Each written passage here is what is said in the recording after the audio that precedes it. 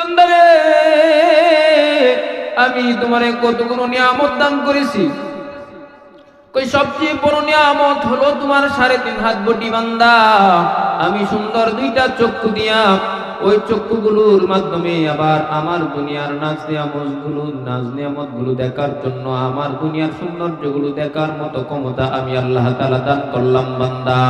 আমি তোমাকে সুন্দর 2টা হাত দান করলাম, ওই হাতগুলো আবার ধরার ছোঁয়ার ক্ষমতা আমি আল্লাহ তাআলা দান করলাম বান্দা। পাও দিয়া চলার জন্য, রাস্তাঘাটে হাঁটা চলা করার জন্য আমি আল্লাহ পাক 2খানা পাও আমি আল্লাহ তাআলা তোমারে দান করলাম। কই কেন দান করলাম বান্দা? কেন দিল আল্লাহ? কেন এই 2 পাও দিল? আল্লাহ বলে, বান্দা তুমি এই 2টা পাও দিয়া হাইটা আমি আল্লাহ তাআলার রাস্তায় তুমি অগ্রসর হইবে, আর তোমার 2খানা হাত দিয়া আমি মালিকের দ্বীনের জন্য, আমার আল্লাহ তাআলার দ্বীনকে প্রতিষ্ঠা করার জন্য তুমি তোমার শক্তিটুকু ব্যয় করবে। এই জন্য আল্লাহ পাক রব্বুল আলামিন তোমাকে আমাকে এত সুন্দর একটা আকৃতি দিয়া আল্লাহ তাআলা আমাকে আল্লাহ তাআলা তৈরি করেছেন। আল্লাহ তাআলা বলেন, লাকাদ খালাকনাল ইনসানা ফি আহসানি তাকওয়িম। আল্লাহ তাআলা জানায়া দিলেন, ও বান্দা, আমি তোমার সুন্দর একটা আকৃতি দিয়া, সুন্দর একটা অবয়ব দিয়া আমি আল্লাহ তাআলা তোমারে বানাইলাম। কয় একমাত্র একটাই উদ্দেশ্য। কি উদ্দেশ্য? উদ্দেশ্যটা হলো তুমি দুনিয়ার জমিনে যাইবা বান্দা, যাওয়ার পরে আমি আল্লাহ তাআলার গোলামি করবা। আমি আল্লাহ পাক রব্বুল আলামিন আমি আল্লাহ তাআলার গোলামি করবার জন্য আমি আল্লাহ তাআলা এত সুন্দর করে, এত দয়া করে, এত মহব্বত করে, এত মেহেরবানি করে আমি আল্লাহ তাআলা তোমাকে প্রত্যেকটা অঙ্গ প্রত্যঙ্গ সুন্দরভাবে সৃষ্টি করে পৃথিবীতে পাঠাইলাম একটাই উদ্দেশ্য। ওই উদ্দেশ্য কি? আল্লাহ তাআলা বলেন, ওয়ামা খালাকাতুল জিন্না ওয়াল ইনসা ইল্লা লিয়াবুদুন। বান্দা পৃথিবীতে যাইবা, যাওয়ার পরে আমি আল্লাহ পাক রব্বুল আলামিনের গোলামি করবা।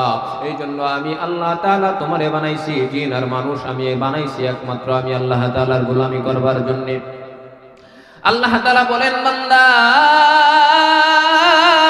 পৃথিবীতে যাওয়ার পরে আমার নবী মুহাম্মদুর রাসূলুল্লাহকে ভুলে যাও না। পৃথিবীতে যাওয়ার পরে আমি মালিককে ভুলে যাও না।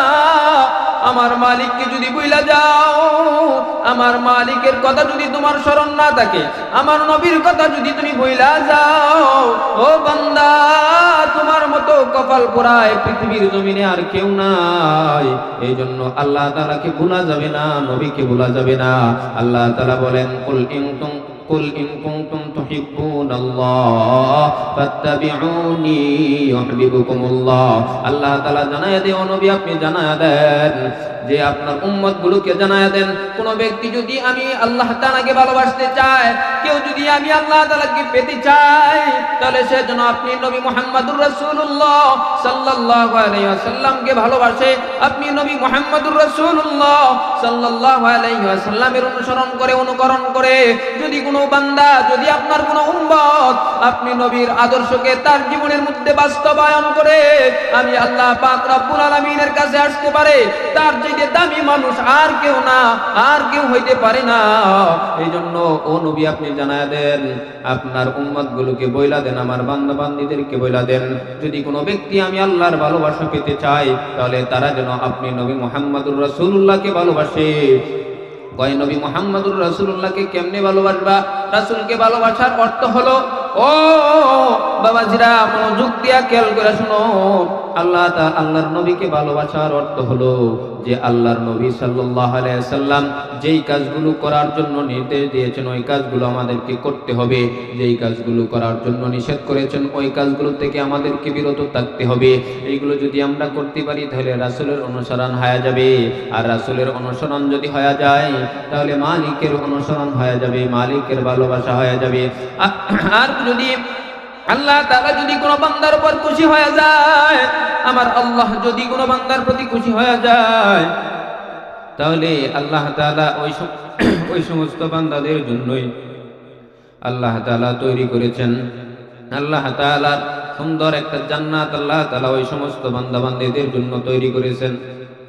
তাহলে রাসূল সাল্লাল্লাহু আলাইহি সাল্লাম আপনাকে আমাকে নির্দেশ দিয়েছেন, ও ও আমার উম্মতেরা শুনো, ও আমার উম্মতেরা বালকেরা শুনো, তোমরা দুনিয়াতে যাওয়ার পরে আমার মালিককে ভুলে যাও না, সময় মতো নামাজ আদায় করো। আল্লাহ রাসূল সাল্লাল্লাহু আলাইহি ওয়াসাল্লাম বলছেন, কেন নামাজ পড়বা? কয় আউয়ালু মা ইউহাসাবু বিহিল আবদু ইয়াউমাল কিয়ামাতিস সালাহ, কাল কিয়ামতের দিন সর্বপ্রথম আল্লাহ তাআলা তোমার কাছ থেকে নামাজের হিসাব নেবে। বাবজান, যদি কথাগুলো বুঝে থাকেন তাহলে বলেন সর্বপ্রথম আল্লাহ তাআলা কিসের হিসাব নেবে? একটু চিল্লায় বলেন না। আল্লাহ তাআলা সর্বপ্রথম কিসের হিসাব নেবে বলেন? নামাজের হিসাব নিবে। কয় আল্লাহ তাআলা সর্বপ্রথম নামাজের হিসাব নিবে।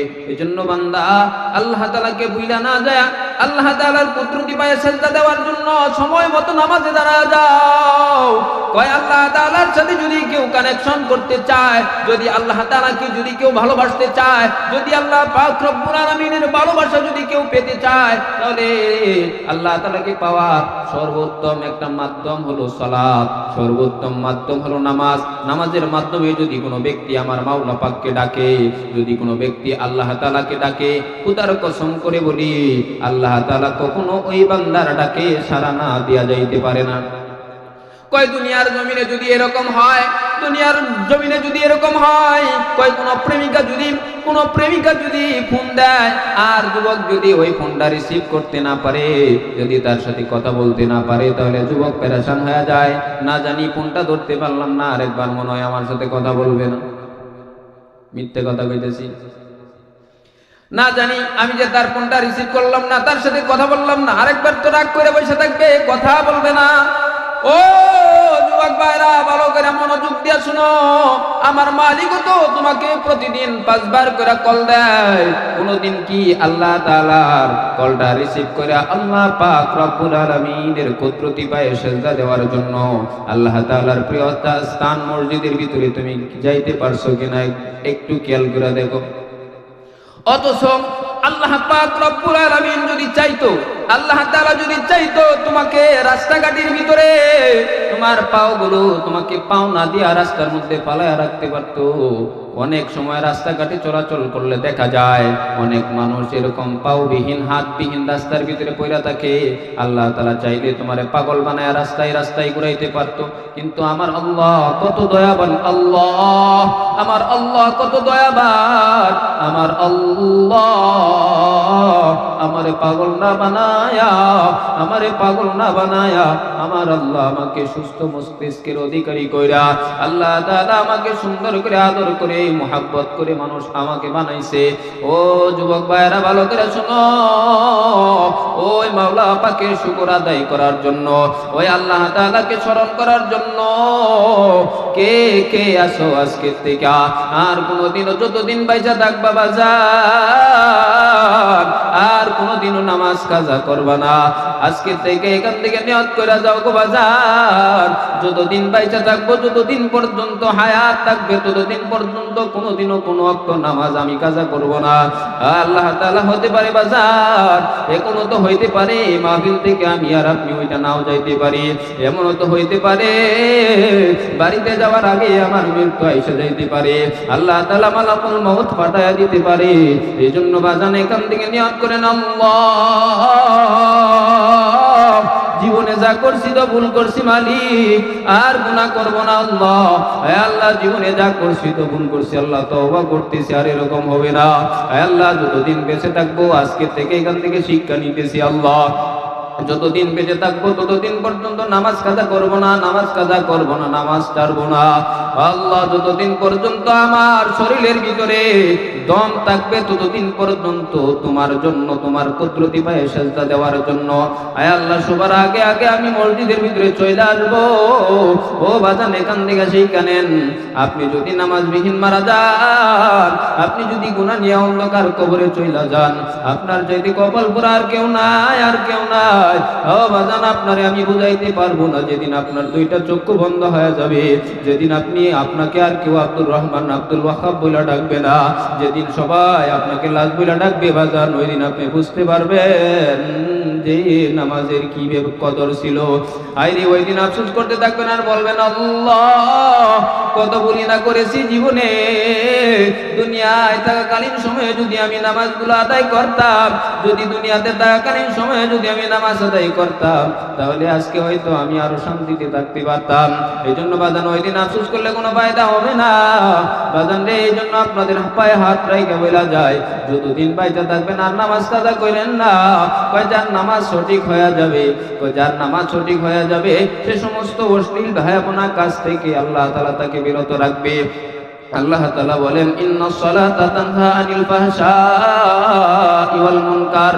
কয় নিশ্চয় নামাজ এমন এক বস্তু, যে ব্যক্তি নামাজি হয়ে যাবে ওই বান্দা কখনো গুনার কাজে জড়াবে না।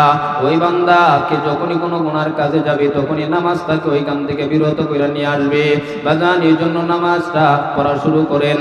জীবনে যা করছেন সব কিছুর জন্য আল্লাহ তাআলার কাছে তওবা করেন যে মালিক আর গুনাহ করব না, আর গুনাহ করব না। আয় আল্লাহর নামাজ ছাড়ব না, আজকে থেকে তওবা করতেছি, যতদিন বেঁচে থাকবো নামাজের পাবন্দি করব, তাকবীর উলার সাথে নামাজ আদায় করব।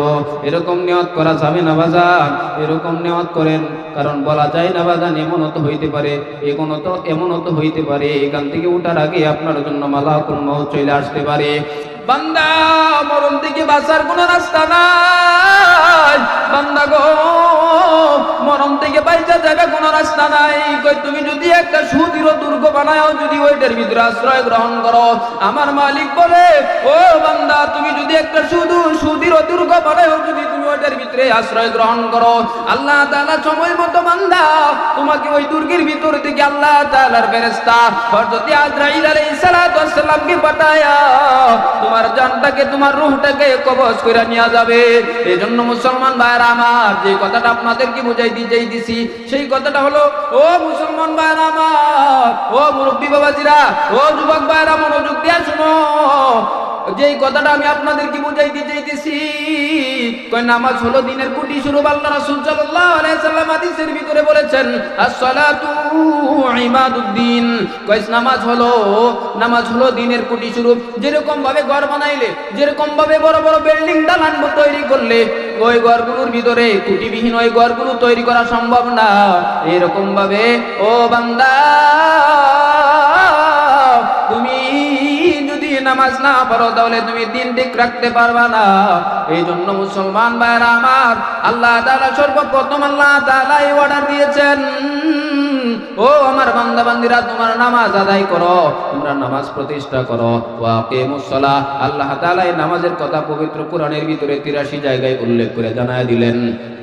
ও মুসলমান ভাইরা ভালো করে শুনেন, আল্লাহ তাআলা নামাজের কথা যত বেশি আলোচনা করেছেন কোরআনের ভিতরে, অন্য কোনো বিষয়ে আল্লাহ তাআলা এত আলোচনা কোরআনের মধ্যে আনেন নাই। এর দ্বারা প্রতীয়মান হয় আল্লাহ তাআলার যতগুলি ইবাদত আছে, আল্লাহ তাআলার যতগুলি বন্দেগী আছে, সব ইবাদতের মধ্যে, সব ইবাদতগুলোর ভিতরে গুরুত্বপূর্ণ ইবাদত হলো নামাজ। এজন্য বাজার আজকে থেকে এই নিয়ত করেন, আমি আর নামাজ ছাড়বো না, আর কোনোদিন নামাজ ছাড়বো না। হেলায় দুলায় কাজের পাকে কাজ দেখায়া কাজের কারণে নামাজ ছেড়ে দিব না। যত ঝামেলাই হোক না কেন, সর্বপ্রথম মালিকের কুদরতি পায়ে সেজদা দিব, এরপরে বাকি কাজগুলো করব। রাজি আছে তো ইনশাআল্লাহ? কে কে রাজি আছেন একটু হাত তুলে দেখান। ওগো আল্লাহ, তোমার এই বান্দাগুলোকে আল্লাহ তুমি কবুল আর মঞ্জুর করে নাও। আয় আল্লাহ, তারা আজকে থেকে নিয়ত করেছে, আয় আল্লাহ আর কোনোদিন গুনাহ করবে না, আয় আল্লাহ আর কোনোদিন নামাজ ছাড়বে না। আয় আল্লাহ তুমি তাদেরকে কবুল আর মঞ্জুর করে নাও। সকলে বলে আমিন। মুসলমান ভাইয়েরা আমার, আপনাদের সম্মুখে যে আয়াত আমি তেলাওয়াত করেছিলাম, ওই আয়াতের ভিতরে আল্লাহ তাআলা কি বলছেন যে, ও নবী আপনি বলে দেন, আপনার উম্মতগুলোকে জানায়া দেন, তারা যেন আপনি নবীর অনুসরণ করে, যদি কোনো ব্যক্তি আমি মালিককে পেতে চায়, যদি কোনো ব্যক্তি আপনার ভালোবাসা পেতে চায়, যদি আল্লাহ তাআলার ভালোবাসা যদি কেউ পেতে চায়, তাহলে তারা যেন আপনি নবীর অনুসরণ করে, আপনার নবীর অনুকরণ করে। এই জন্য নবীর অনুসরণ আমরা কেমনে করব? রাসূলের আদর্শ যদি আপনার আমার শরীরের ভিতরে, আপনার আমার জীবনে যদি বাস্তবায়ন করতে পারি, তাহলে রাসূলের অনুসরণ হয়ে যাবে। আপনি আর আমি যদি রাসূলের সুন্নতগুলোকে যদি আঁকড়ে ধারণ করতে পারি, রাসূলের অনুসরণ হয়ে যাবে। রাসূল যেই কাজগুলো করার নির্দেশ দিয়েছেন, ওই কাজগুলো যদি আমরা করি, তাহলে রাসূলের অনুসরণ হয়ে যাবে। আর রাসূলের অনুসরণ যদি হয়ে যায়, রাসূলের অনুসরণ যদি হয়ে যায়, রাসূলের ভালোবাসা যদি আপনার আমার অন্তরের ভিতরে ঢুকে যায়, তাহলে ও বান্দা, তাহলে আল্লাহ পাক আপনার উপর খুশি হয়ে যাবে। আল্লাহ তাআলা যে বান্দার উপর খুশি হয়ে যাবে, ওই বান্দার চক্ষুগুলো বন্ধ হইতে দেরি হবে। আল্লাহ তাআলা ওই ব্যক্তিকে আল্লাহ তাআলার তৈরি জান্নাতের মেহমান বানাইতে দেরি হবে না। জোরে চিল্লায়া বলেন সুবহানাল্লাহ। এই জন্য মুসলমান ভাইরা আমার, আল্লাহ তাআলার ভালোবাসা অর্জন করার দরকার আছে না নাই?